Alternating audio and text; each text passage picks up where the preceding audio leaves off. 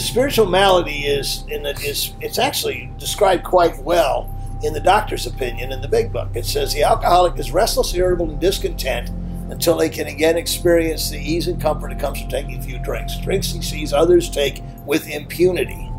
So the spiritual malady is restless, irritable, discontent. And it sounds kind of trivial at first until you actually tried not to drink and just experienced that. And I can tell you that early on it was terrible. It was horrible. I couldn't not do it. And that's the obsession. There's just sort of this creepy, crawly feeling in the gut and stomach, and it just ruins the quality of life. And, you know, for a long time, when I would manage not to drink for a while or drug, mostly I was just an asshole. I was a jerk, a sullen scorn. You know, okay, I'm not drinking.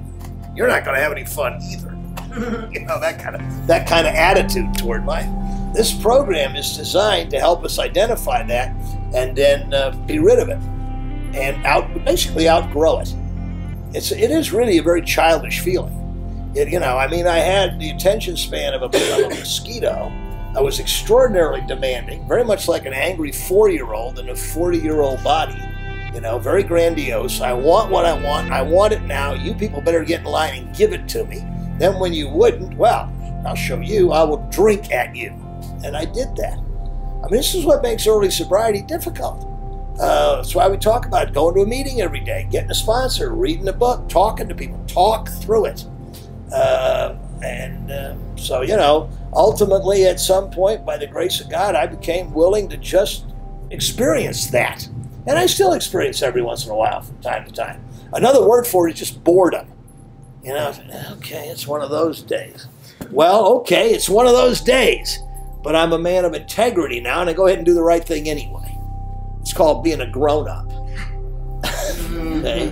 And that took me a while to get there. I was on the short bus when it came to growing up. I was a late bloomer. Okay?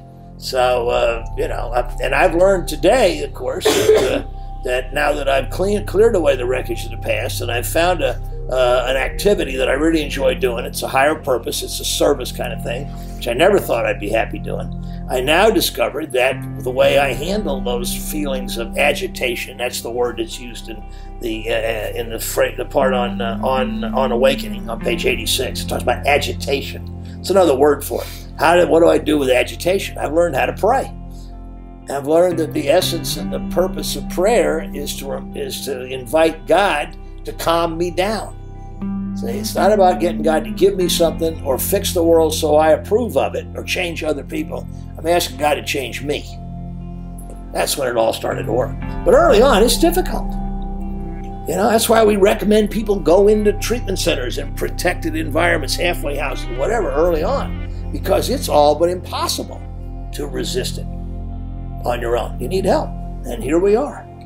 You know, what is it? Our primary purpose is to stay sober and help each other, you know, help other alcoholics achieve sobriety. That's what we're doing here.